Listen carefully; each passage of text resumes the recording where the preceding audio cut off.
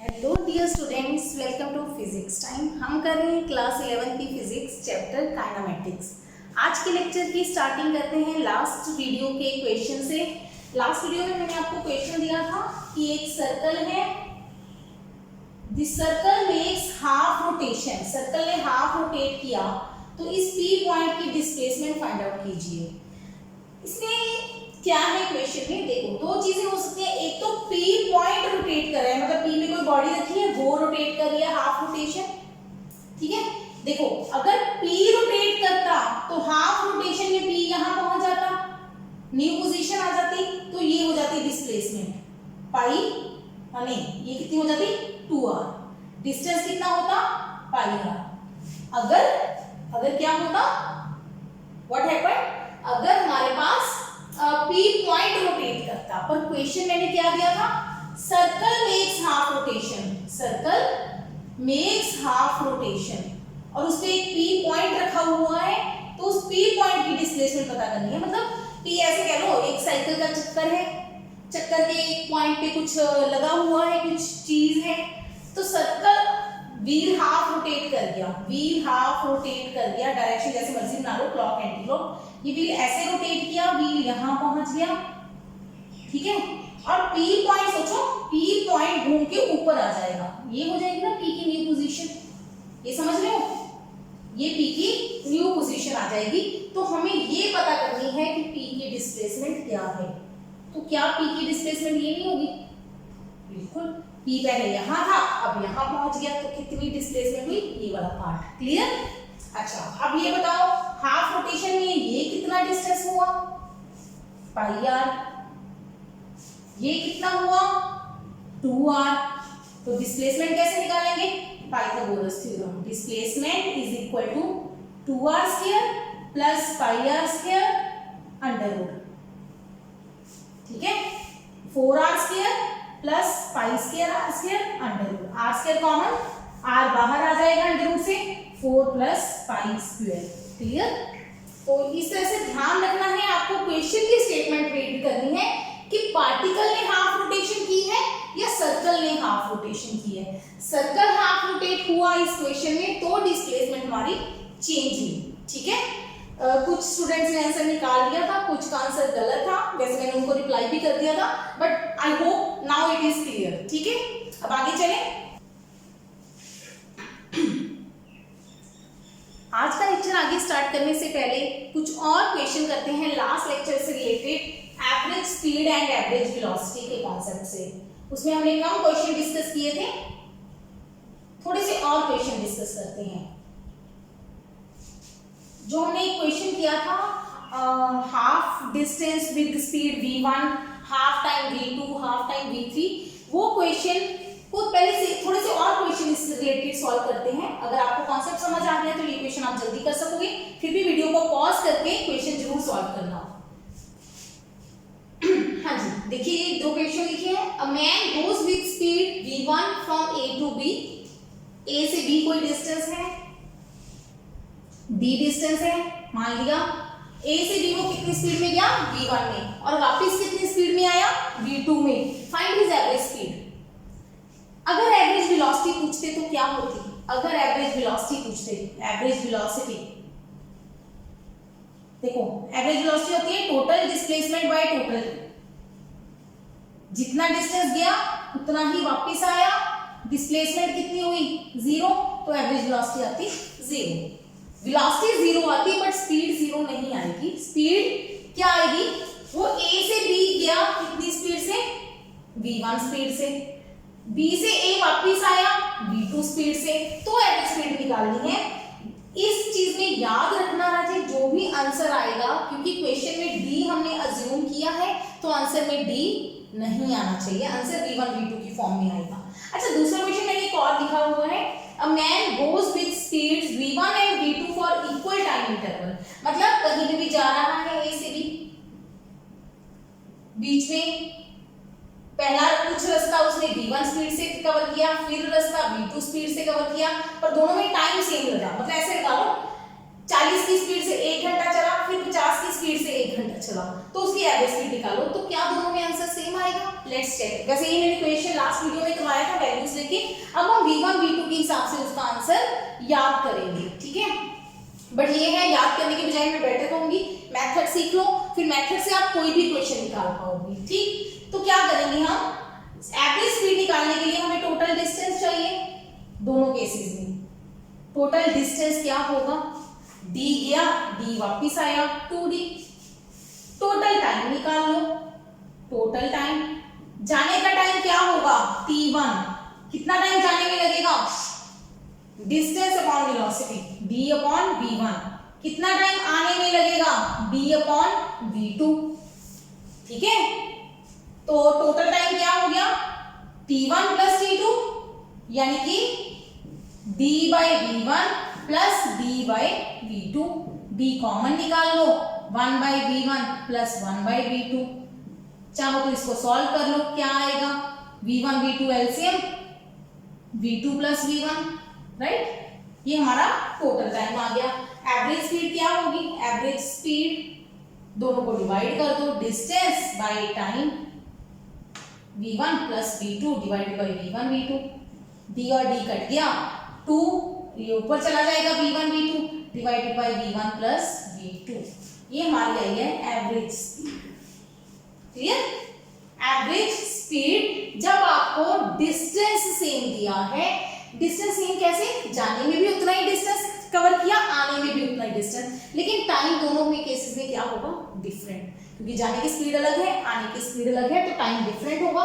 तो हमारा आंसर क्या आएगा, 2 टाइम्स प्रोडक्ट बाय सम, 2 टाइम्स प्रोडक्ट बाय सम। इधर करते हैं, इधर हमें स्पीड्स डिफरेंट है बट टाइम सेम है, मतलब ऐसे मान लो बीच में कोई सी पॉइंट था, ये भी टी टाइम के लिए चला, ये भी टी टाइम के लिए चला, तो टोटल टाइम कितना लगा इसमें टाइम पता है हमें, डिस्टेंस नहीं पता, 2t, टाइम कितना लगा, ट्वाइस ऑफ t। डिस्टेंस कितना ट्रेवल किया होगा पहले केस में, distance is equal to speed into time. Basic formula याद होना चाहिए, speed is equal to distance upon time, बाकी सारे निकल जाएंगे। तो पहला पार्ट में कितना डिस्टेंस ट्रेवल किया होगा v1, दूसरे पार्ट में कितना ट्रेवल किया होगा d2, d2 की वैल्यू v2 की, ठीक है।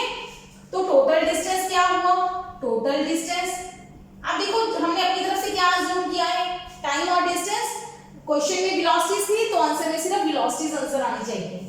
तो टोटल डिस्टेंस क्या हो जाएगा, d1 प्लस d2, बाकी जो फैक्टर है वो कैंसिल होने चाहिए, ये मस्ट है, t कॉमन आ जाएगा, v1 प्लस v2।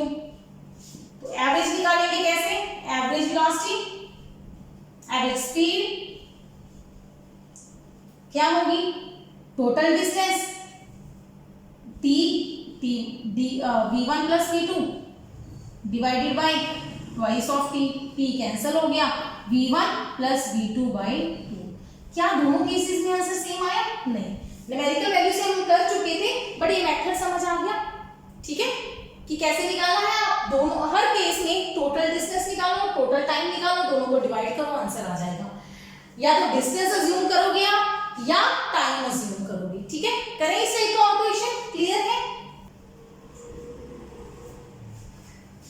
हाँ जी, नेक्स्ट क्वेश्चन देखिए, a man covers 2 equal distances with speed v1 and v2, मतलब वो टोटल 5 किलोमीटर रन किया, उसने 5 किलोमीटर भागा, पहला 2.5 किलोमीटर हाफ डिस्टेंस मतलब डी लगा लो, दोनों डिस्टेंस डी ले लो, इक्वल डिस्टेंस है ना, टोटल 2d हो गया, हाफ dd हो गया, ठीक है, d बाई 2 भी कर सकते हो, कोई दिक्कत नहीं है। हाफ डिस्टेंस कितनी स्पीड से, v1 स्पीड से, अगला हाफ डिस्टेंस v2 स्पीड से, तो एवरेज स्पीड निकालो। तो क्या ये सेम क्वेश्चन नहीं हो गया, उसमें जाके वापस आया था, वापस आएंगे डिस्प्लेसमेंट जीरो हो जाएगी, तो वेलोसिटी जीरो होती है, लेकिन एवरेज स्पीड का आंसर सेम आएगा, average speed will be 2v1 v2 by v1 plus v2, कर लोगे ना, ठीक है।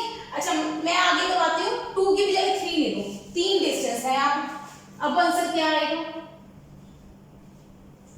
अब क्या आंसर आएगा, अब स्पीड्स v1 v2 v3 3 हो गई, अब आंसर क्या आएगा। अब कई स्टूडेंट्स कह देंगे कि आंसर आएगा 2v1 v2 v3 या 3 आ जाएगा यहाँ पे, divided by v1 plus v2 plus v3, कुछ स्टूडेंट्स का आंसर ये होगा, ठीक है, ध्यान देना, कहेंगे प्रोडक्ट बाय सम या 2 टाइम्स लगा देंगे, कुछ भी, इस आंसर को हम सीधे ही रूल आउट कर सकते हैं by the use of dimensions. देखो ऊपर 3 बार वेलोसिटी आ रही है, मतलब वेलोसिटी का क्यूब आएगा, नीचे वेलोसिटी अकेली है तो वेलोसिटी का स्क्वायर आंसर आया, इधर वेलोसिटी है। मतलब डायमेंशन के मेथड देखो lt-1 होती है वेलोसिटी, ऊपर 3 बार lt-1 है, नीचे 1 बार lt-1 है, एक बार का कट जाएगा तो बचा क्या l2t-2, इधर क्या है lt-1। तो पहला का आंसर आपका इसी तरह से रूल आउट हो जाते हैं डायमेंशन की हेल्प से। याद है कुछ डायमेंशंस? डायमेंशन का चैप्टर जरूरी है राजे, करना ही पड़ेगा, उसको कर लो एक बार अच्छे से, ठीक है। चलो समझ आया कुछ भी? फिर इस टाइप के क्वेश्चन को इजी मेथड है, अगर आपको मेथड समझ आ गया तो कोई दिक्कत नहीं होगी। क्या करेंगे, t1 पहले वाले का टाइम निकाल लो, डिस्टेंस बाय वेलोसिटी, दूसरे वाले का टाइम डिस्टेंस बाय वेलोसिटी, तीसरे वाले का टाइम डिस्टेंस बाय वेलोसिटी, ठीक है। तो टोटल डिस्टेंस क्या हो जाएगा 3d distance total, total time क्या हो जाएगा, तीनों टाइम्स को ऐड कर देंगे, d कॉमन आ जाएगा, 1/v1 1/v2 1/v3, क्या हो जाएगा v1 v2 v3 एलसीएम, ऊपर आ जाएगा v2 v3 plus v1 v2 plus v1 v3 plus v1 v2, आता है एलसीएम लेना, v1 v2 v3 नीचे तीनों को मल्टीप्लाई किया, यहाँ पे v1 है तो बचा क्या v2 v3, यहाँ पे v2 है v1 v3, v3 है v1 v2, जो बचा है वो ऊपर लिख दो, ठीक है। तो अब हमें निकालनी है एवरेज स्पीड। बाई चांस ना एवरेज स्पीड और वेलोसिटी का सिंबल सेम है, बस वेलोसिटी में हम वेक्टर लगा देते हैं, दोनों को डिवाइड कर दो, d कैंसिल हो जाएगा, 3 ऊपर आया 3, ये ऊपर आके मल्टीप्लाई हो गया v1 v2 v3, नीचे आ जाएगा v1 v2 v2 v3 v3 v1, ठीक है। क्लियर हुआ? ऐसी अगर 4 डिस्टेंसेस हो तो मेथड क्या है, वैसे इतना रट्टा मारने की जरूरत नहीं क्योंकि क्वेश्चन निकाल ही लो, क्योंकि क्वेश्चन इतना सिंपल बोर्ड्स में आ जाएगा, +1 +2 में के सिलेबस में होते हैं सिंपल, लेकिन जब आप जेईई नीट की तैयारी कर रहे हो वो तो हो सकता है कॉम्प्लेक्स आंसर आ जाए, तो आंसर को क्रैम नहीं करेंगे हम मेथड सीखेंगे कि हर बार आप टोटल टाइम निकालो, टोटल डिस्टेंस निकालो, डिवाइड करो, आंसर आ जाएगा। तो 4 के लिए एवरेज स्पीड आंसर क्या होगा वैसे, v1 v2 v3 v4, 4 आएंगे ऊपर, 4 से मल्टीप्लाई होगा, नीचे 3 की प्रोडक्ट आएगी, पहली बार v1 v2 v3, फिर v1 v3 v4, फिर v3 छोड़ देंगे, v1 v2 v4, फिर v1 छोड़ देंगे, v2 v3 v4। क्लियर है? ठीक किया हमने? नहीं, इसमें और भी कॉम्बिनेशन बनेंगे कि नहीं बनेंगे? पहली बार में v4 छोड़ा, इधर v2 छोड़ा, v3 छोड़ा, v1 छोड़ा, ठीक है। इस तरह से हम निकाल सकते हैं, कोई भी हमें चाहिए हो ऐसे लेकर चौथा फैक्टर आ जाएगा, चौथा फैक्टर आ जाएगा तो ऊपर 4 टर्म्स आ जाएंगे, ठीक है। क्लियर है? देखो याद करो ना, 2 वाले में स्पीड का आंसर क्या आया था 2 ऑफ v1 v2, नीचे पहली बार में v2 छोड़ा, फिर v1 छोड़ा, मतलब एक छोड़ना है, इसमें भी एक छोड़ना है, इसमें भी एक छोड़ना है, इसमें 2 वेलोसिटी थी तो 2 का सम आया, 3 थी तो 3 का सम आया, 4 है तो 4 का सम आया, ठीक है। इस तरीके से हम निकाल सकते हैं क्वेश्चन। क्लियर है? नोट। हाँ जी, अब ये क्वेश्चन देखिए, a man covers some distance with speed v1 for 1/3 time and v2 for 2/3 time. अब इक्वल टाइम्स नहीं दिए, ध्यान दो, इसीलिए कहते हैं कि रट्टा मारने की बजाय मेथड सीख लो। क्या है, अब टोटल टाइम आप मान लो t है, तो 1/3 t मतलब t/3 टाइम, और दूसरा हो गया 2t/3, है ना। 1/3 टाइम के लिए v1 स्पीड है, 2/3 टाइम के लिए v2 स्पीड है, टोटल टाइम इसको t लगा तो 1/3 ऑफ t/3, 2/3 मतलब 2t/3। पहले हिस्से में स्पीड कितनी है v1, दूसरे हिस्से में स्पीड कितनी है v2, तो पहले हिस्से में कितना डिस्टेंस ट्रेवल किया होगा velocity into time v1 t/3, दूसरे हिस्से में कितना डिस्टेंस ट्रेवल किया होगा v2 2t/3। क्लियर? तो टोटल डिस्टेंस कितना होगा v1 t/3 plus v2 2t/3, t common आ गया, 3 कॉमन आ गया, v1 प्लस 2v2, ये हमारे पास टोटल डिस्टेंस आ गया। टोटल टाइम कितना है, टोटल टाइम हमने टी एज्यूम किया है, हमने टी एज्यूम किया था तो आंसर में टी नहीं आना चाहिए, ये आपका याद रखना है आपको। तो एवरेज स्पीड क्या हो जाएगी, total distance by total time, D by T, D हो गया T by 3, v1 plus v2 नहीं v1 plus 2v2 divided by T, T cancel हो जाएगा, v1 प्लस 2v2 बाई 3। समझ आया? इस तरीके से हम कोई भी क्वेश्चन आ गया तो उसको कर सकते हैं। क्लियर? ठीक है, ये नोट कर लो। और अब स्टार्ट करते हैं हमारा आज का lecture. Average speed average velocity हो जाती है for a comparative long duration of time. मतलब आपके पास एक जगह से दूसरी जगह गया, टोटल इंटरवल में एवरेज कितनी है। मतलब हम भी वैसे भी बोलते हैं, हम जो भी साइकिल स्कूटर बाइक चलाते हैं, जब भी हम या गाड़ी चलाते हैं, कार चलाते हैं, तो हम देखते हैं, हम कहते हैं कि कितनी एवरेज चली। एवरेज दो तरह की निकालते हैं, एक हम निकालते हैं पेट्रोल या डीजल की कितनी एवरेज है, मतलब स्कूटी कितनी एवरेज देती है, वो हम निकालते हैं एवरेज माइल्स पर लीटर या किलोमीटर और किलोमीटर पर लीटर, मतलब 1 लीटर पेट्रोल डलवाने पे वो कितने किलोमीटर चलती है, ऐसे निकालते हैं ना हम व्हीकल वगैरह की एवरेज। ये एवरेज अलग चीज होती है। एक एवरेज हम निकालते हैं स्पीड की एवरेज। स्पीड की एवरेज मतलब भी देखो, आप घर से वहां जा रहे हो, घर से स्कूल जा रहे हो, आपका स्कूल 5 किलोमीटर दूर है, आपने उसमें मतलब 5 किलोमीटर जाने में आपको टोटल 1 घंटा लगता है मान लो, ठीक है। तो आपकी एवरेज स्पीड क्या हुई, 5 किलोमीटर डिवाइडेड बाय 1 आवर, मतलब 5 किलोमीटर पर आवर, ये आपकी एवरेज स्पीड हुई। यूनिट्स मीटर पर सेकंड में कन्वर्ट कर सकते हो, बट समझ रहे हो एक बार। क्या आपकी स्पीड हर टाइम पे 5 ही होती है? क्या आपकी स्पीड जब से चले जब तक पहुंचे आप एक ही कॉन्टिन्यूस स्पीड से चलाते हो? नहीं, कई बार क्या होती है, हमें रास्ते में ब्रेक लगानी पड़ती है, ठीक है, कई बार टर्न लेते हुए स्पीड स्लो करनी पड़ती है ना। तो हमारी एवरेज स्पीड कभी भी, एवरेज स्पीड कांस्टेंट होती है, लेकिन हमारी हर टाइम पे स्पीड सेम नहीं होती। तो हर टाइम पे इंस्टेंट, एक मोमेंट पे जो स्पीड होती है उसको हम क्या कहते हैं, इंस्टेंटेनियस स्पीड। तो आज का हमारा टॉपिक है instantaneous speed and instantaneous velocity, ठीक है। इंस्टेंटेनियस स्पीड और वेलोसिटी। इंस्टेंटेनियस बना है वर्ड इंस्टेंट से। इंस्टेंट का मतलब होता है पल, एक पल क्या होता है, बहुत छोटा टाइम का मोमेंट। मतलब क्या है, आप जा रहे हो कहीं, घर से स्कूल, ए से बी जा रहे हो, कहीं भी जा रहे हो, आप बाइक से जा रहे हो या साइकिल से जा रहे हो, मुझे साइकिल ड्रॉ करना नहीं आता, चलो कुछ लग रहा है साइकिल ऐसे, ठीक है ना, इस साइकिल से जा रहे हो। क्या है, अगर हम total distance by total time लेते हैं तो वो क्या होती है, एवरेज स्पीड। एवरेज मतलब सारे का एवरेज ले रहे हो आप, ठीक है।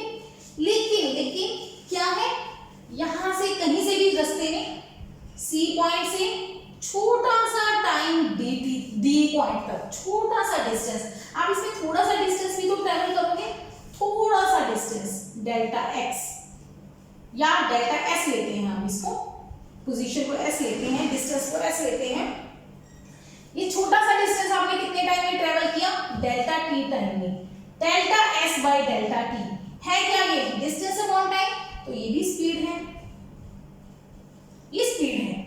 अभी बात करेंगे इंस्टेंटेनियस स्पीड की। ये स्पीड समझ आ रही है, छोटा सा डिस्टेंस बाय छोटा सा टाइम, तो ये स्पीड हो गई। अच्छा, यहां से यहां गए, ई से एफ गए, यहां पे डिस्टेंस में भी चेंज हो गया, मे बी टाइम भी चेंज लगेगा, तो स्पीड क्या होगी, स्पीड भी चेंज हो जाएगी, मे और मे नॉट, हो सकता है बराबर रहे, हो सकता है चेंज हो जाए, तो ये भी एक स्पीड है। Speed is distance upon time, ये क्लियर है। If, very important, if the time interval is very small, अगर हम बहुत छोटे टाइम के लिए मतलब आपने 5 सेकंड पे देखा, आपकी पोजीशन क्या है 5 सेकंड पे, 5 से थोड़ा सा सेकंड बढ़ा 5.1 सेकंड, उतने छोटे से टाइम में, वैसे 5.1 नहीं, उससे भी छोटा टाइम, मतलब बहुत छोटे टाइम के लिए आपने अपना डिस्टेंस देखा कि आपका डिस्टेंस कितना है, तो उन दोनों की रेशियो को हम क्या कहते हैं, इंस्टेंटेनियस स्पीड। जब टाइम इंटरवल बहुत छोटा हो, delta T is time interval, change in time, है ना। आज की वीडियो को देखने से पहले आपको ना डेरिवेटिव की नॉलेज होनी बहुत जरूरी है। वैसे मैं कुछ डेरिवेटिव की चीजें यहाँ पे भी बताऊंगी, लेकिन अगर ये वीडियो समझना चाहते हो तो एक बार डेरिवेटिव की वीडियो जरूर देखो, जिसका लिंक मैंने डिस्क्रिप्शन में दिया हुआ है, बेसिक वीडियो फॉर मैथमेटिक्स। उसमें डिफरेंशिएशन है, डेरिवेटिव या डिफरेंशिएशन एक ही बात है, उसको जरूर देखना एक बार, ठीक है। जब हमारा टाइम इंटरवल बहुत छोटा हो जाता है तो हम डेल्टा टी को मैथमेटिकली dt कर देते हैं। Delta T time interval, change in time, मतलब फाइनल माइनस इनिशियल, पहले आपने टाइम देखा, बाद में टाइम देखा, दोनों का डिफरेंस होता है delta T. Delta T is difference, dt is very short interval of time, मतलब बहुत छोटा टाइम। तो हमारी इंस्टेंटेनियस स्पीड आती है जब हमारा टाइम बहुत छोटा हो जाए, तो नेचुरली छोटे से टाइम में डिस्टेंस भी तो छोटा ही आएगा, तो ds डिस्टेंस आएगा, dt टाइम आएगा, तो उन दोनों की रेशियो को हम क्या कहते हैं, इंस्टेंटेनियस स्पीड। मतलब आपकी एक मोमेंट पे स्पीड कितनी है, वो मोमेंट यहाँ पे c पे कुछ और आएगी, d पे देखोगे तो कुछ और आएगी, e पे देखोगे कुछ और आएगी, मतलब थोड़े टाइम के लिए, बिल्कुल कितने टाइम के लिए, ये मतलब डायग्राम बना रही हूँ मैं छोटा सा, dt टाइम के लिए कितना डिस्टेंस ट्रेवल किया, ds ट्रेवल किया, दोनों को डिवाइड किया तो क्या आया, इंस्टेंटेनियस स्पीड। मतलब जब हम कहते हैं delta t is very small, मतलब डेल्टा t जीरो को अप्रोच करता है, बट ये जीरो नहीं है, ध्यान देना है, जीरो नहीं है बट जीरो के बिल्कुल पास है, तो उस टर्म को हम क्या बोलते हैं, डेरिवेटिव इंस्टेंटेनियस स्पीड। डेरिवेटिव क्या है, इसको क्या बोलेंगे हम, rate of change of distance with time. Time distance के हिसाब, डिस्टेंस टाइम के हिसाब से डिस्टेंस कैसे चेंज करता है, टाइम के विद रिस्पेक्ट डिस्टेंस कैसे चेंज करता है, मतलब कितने टाइम पे कितना डिस्टेंस मूव हो रहा है। हो सकता है आपने 5 सेकंड पे देखा, तो आपने मतलब 5.1 सेकंड में, 5 से 5.1 सेकंड में आप मान लो 1 मीटर डिस्टेंस ट्रेवल किया है, 1 मीटर ज्यादा हो गया, 10 सेंटीमीटर लगा लो, ठीक है। अच्छा, फिर आपने 6 सेकंड पे देखा, 6.1 में हो सकता है आपने 11 सेंटीमीटर कवर किया हो, फिर आपने 7 से 7.1 सेकंड में देखा, ठीक है। हर बार मैं टाइम सेम ले रही हूँ, डिस्टेंस नोट कर रहे हैं कितना आया। मान लो आपने 8 सेंटीमीटर ट्रेवल किया, आप थक गए, आपकी स्पीड कम हो गई, तो ये जो स्पीड है, इस स्पीड को हम क्या कैलकुलेट करेंगे, जब डिस्टेंस बाय टाइम करेंगे तो ये क्या होगी, इंस्टेंटेनियस स्पीड, मतलब एक मोमेंट पे स्पीड कितनी है। क्लियर, टॉपिक क्लियर हुआ, आइडिया हुआ कि इंस्टेंटेनियस स्पीड क्या है, एक पर्टिकुलर मोमेंट पे आपकी स्पीड क्या है। इसका मैं सिंपल सा तरीका बताती हूँ, आप सबके आपने स्कूटर्स में देखा होगा, तो हमारा स्कूटर के आगे मीटर लगा होता है जिसपे वो नीडल चल रही होती है, देखिए ना, हम कहते हैं आप स्पीड बढ़ाते हो तो आप देखते हो 20 पे आ गई सुई, 30 पे आ गई, 40 पे आ गई, 50 पे आ गई, 60 पे आ गई, है ना। तो वो हमें क्या बताती है, इंस्टेंटेनियस स्पीड। जैसे आप ब्रेक मारते हो वो नीचे आ जाती है सुई, जैसे आप रेस देते हो तो फास्ट हो जाती है ना, कुछ ऐसा होता है ना। तो वो हमें क्या बताती है, इंस्टेंटेनियस स्पीड, वो आपकी हर मोमेंट में स्पीड चेंज होती जाती है, तो वो बताती जाती है इस टाइम आपकी स्पीड कितनी है। क्या वो हमें एवरेज बताती है कभी भी स्पीड का, नहीं बताती, वो हमें total distance by total time नहीं बताती, वो आपकी हर मोमेंट पे स्पीड कितनी है वो बताती है। तो समझ आया इंस्टेंटेनियस स्पीड का कॉन्सेप्ट, ये बहुत इंपॉर्टेंट टॉपिक है, क्योंकि हमें ऑब्वियसली आपको हर मोमेंट पे आपकी स्पीड पता होनी चाहिए कोई भी काम करने के लिए, ठीक है। तो इस स्पीड को कैलकुलेट कैसे करते हैं, अब हम उसका मेथड सीखते हैं। एग्जाम्पल से स्टार्ट करते हैं। मान लो मेरे पास s इज इक्वल टू 5 मेरे पास एक कोई इक्वेशन है s is equal to 5t। इसका मतलब क्या हुआ, इसका मतलब क्या हुआ, हम यहाँ से चले, किसी ए पोजीशन से चल रहे हैं, जा रहे हैं आगे, ठीक है, हमारा साइकिल आगे जा रहा है। अभी 0 टाइम पे, जब टाइम 0 है तो s की वैल्यू क्या है, 0। ग्राफ टेबल बना लेते हैं, हम ग्राफ से समझेंगे।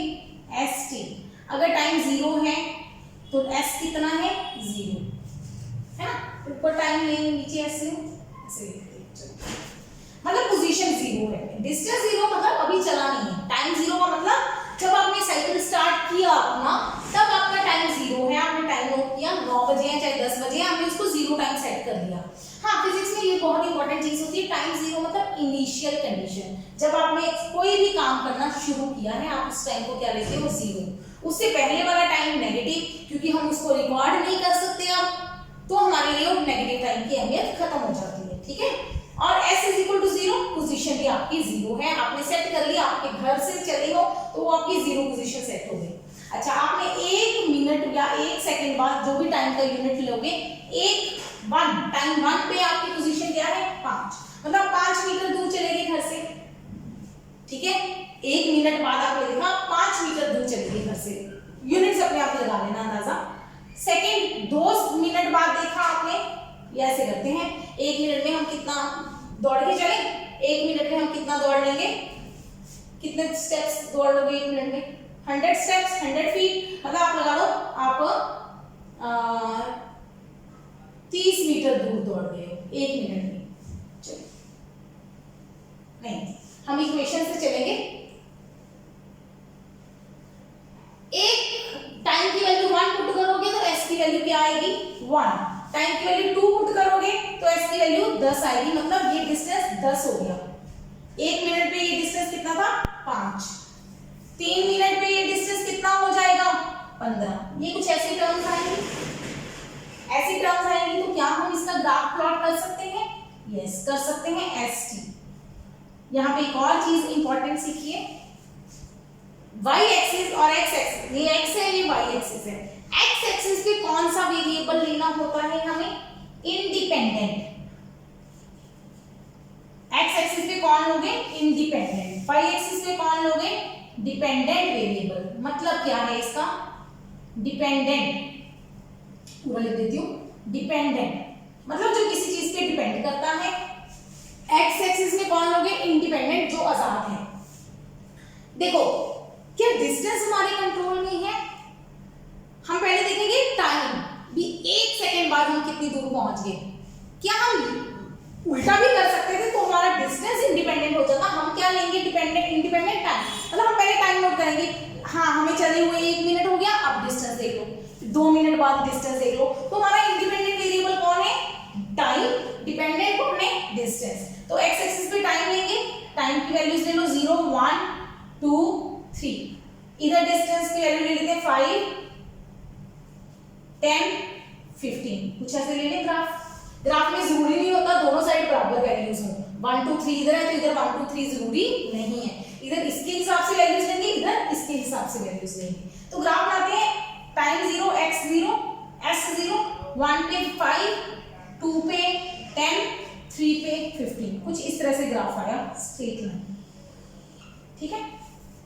अब अगर मैं कहूं मुझे delta s by delta t चाहिए, डेल्टा s मतलब change in position by change in time, ds पे बाद में आते हैं। इसका मतलब क्या हुआ, ये डेल्टा s हो गया, 2 पॉइंट्स के बीच में ये डेल्टा s है, ये डेल्टा t है। कैसे निकालेंगे, ऐसे निकाल सकते हैं हम, इसको ऐसे मिलाया, इसको इससे मिलाया, 2 पॉइंट्स ले लिए कोई भी, ये t1 आया ये t2 आया, इन दोनों का डिफरेंस क्या होगा, t2 माइनस t1 यानी कि डेल्टा t, ठीक है।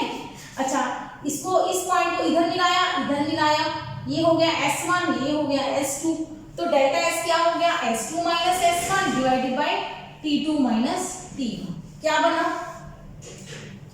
s2 माइनस s1 हो गया 15 माइनस 10, नीचे आ गया 3 माइनस 2 मतलब 5/1, तो ये हमारी हो गई स्पीड, ये हमारी हो गई स्पीड 5/1, मतलब 5 आवर।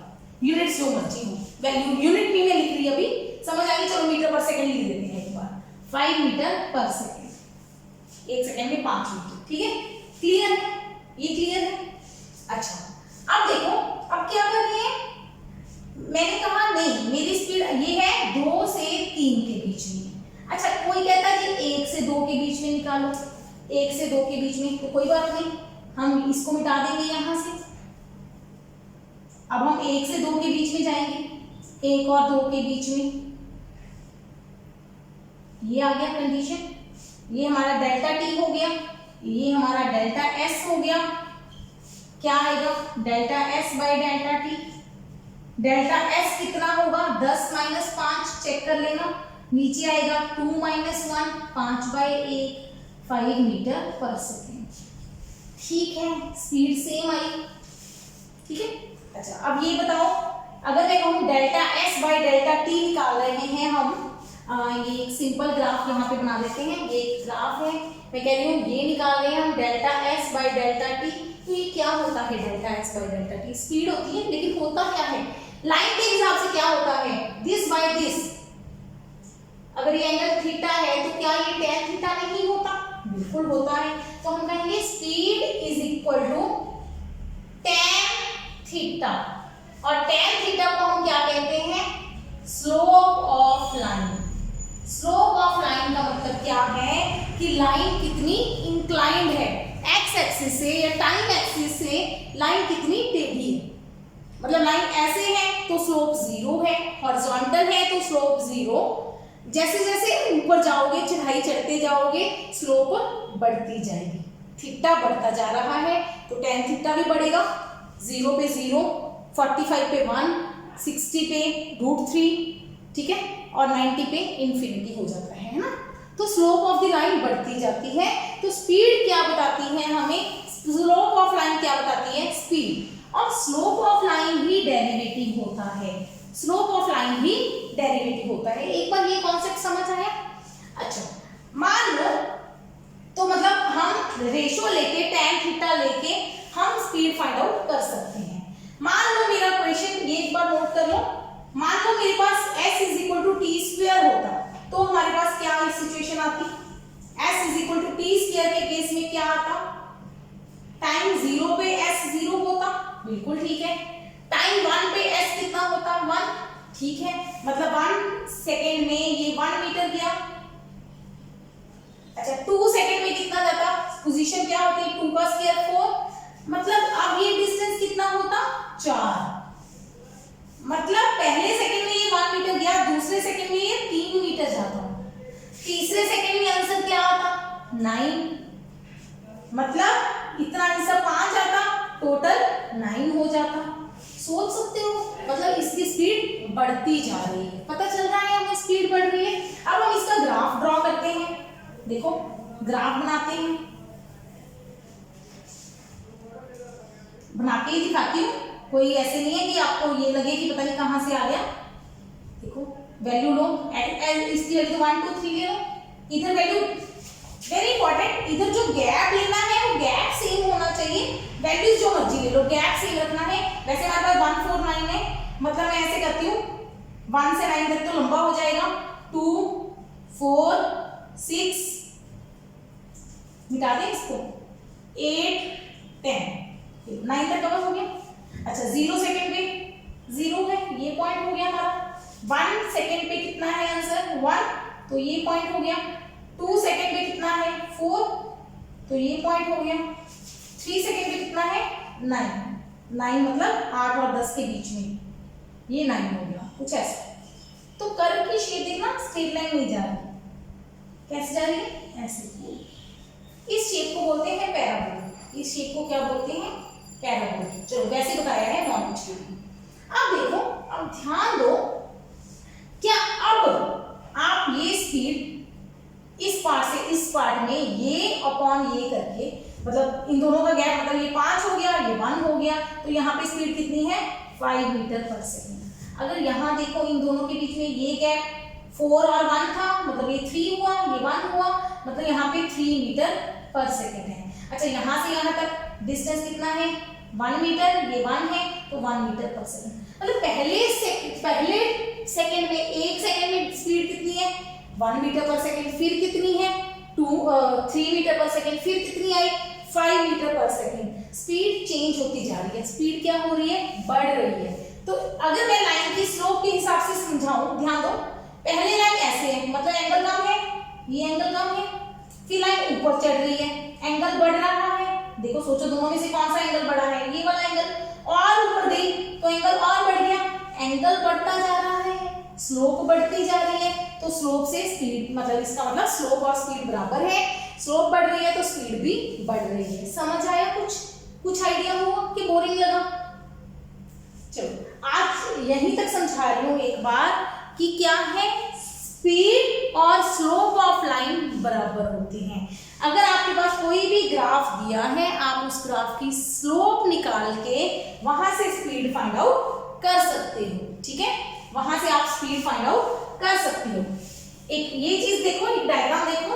अब इस डायग्राम में मुझे बताना क्या हो रहा है। मैंने सिर्फ ग्राफ दिया है आपको, पहले ग्राफ देखना है कि इन दो चीजों के बीच में है, टाइम और डिस्टेंस के बीच में, ठीक है। ये ग्राफ है, ये कौन सी शेप है, ये भी एक पैराबोलिक शेप है, ये भी एक पैराबोलिक शेप है। इसकी इक्वेशन मैंने कुछ नहीं दिया आपको, इक्वेशन से तो आप वैल्यूज निकाल सकते थे, मैंने कोई वैल्यू नहीं दी, कुछ नहीं दिया। अब इस ग्राफ की स्पीड बताओ, क्या स्पीड, पहला एक ग्राफ मैंने बनाया था ऐसा, है ना, हमने देखा कि हर बार आप कोई भी दो पार्ट के बीच में ले रहे थे, स्पीड क्या आ रही थी, सेम, क्योंकि इस लाइन का एंगल हर बार क्या आ रहा है, सेम। चेक करो, एंगल हर बार सेम है, तो इसका मतलब है ये कांस्टेंट स्पीड आ रही थी। पहले केस में कांस्टेंट आई थी, इस केस में स्पीड बढ़ रही थी। इस केस में देखो, पहले आपकी लाइन ऐसे खड़ी है, मतलब एंगल ये है, फिर आपकी लाइन ये हो गई, ये वाली हमारी लाइन है जो ये ऐसे हो गई, पहले लाइन ऐसे है, पहले ये एंगल है, अब एंगल ये है, अब लाइन ऐसे हो गई, अब एंगल ये है। सोचो हर बार एंगल कम होता जा रहा है, एंगल डिक्रीज हो रहा है, इसका मतलब स्पीड कम हो रही है। तो आपको डायग्राम देखते ही, ग्राफ देखते ही पता चलना चाहिए कि आपके जो भी ऑब्जेक्ट है उसकी स्पीड पे क्या असर हो रहा है। अगर ग्राफ स्ट्रेट लाइन है तो स्पीड इज इंक्रीजिंग कांस्टेंट, अगर ग्राफ ऐसे है ऊपर की तरफ जा रहा है तो स्पीड बढ़ रही है, अगर एक्स एक्सिस की तरफ ग्राफ जा रहा है तो स्पीड कम हो रही है। ये हो गया हमारा इंस्टेंटेनियस स्पीड। अच्छा, वेलोसिटी में सिर्फ वेक्टर आएगा और कुछ नहीं आएगा, ज्यादा फर्क नहीं आएगा, फिर भी क्वेश्चंस करेंगे इससे रिलेटेड। तो आज के लिए मैं सिर्फ इंट्रोडक्शन दे रही हूँ इंस्टेंटेनियस स्पीड और वेलोसिटी की। इससे रिलेटेड बहुत सारे क्वेश्चंस हम करेंगे, बहुत सारे मेथड सीखेंगे।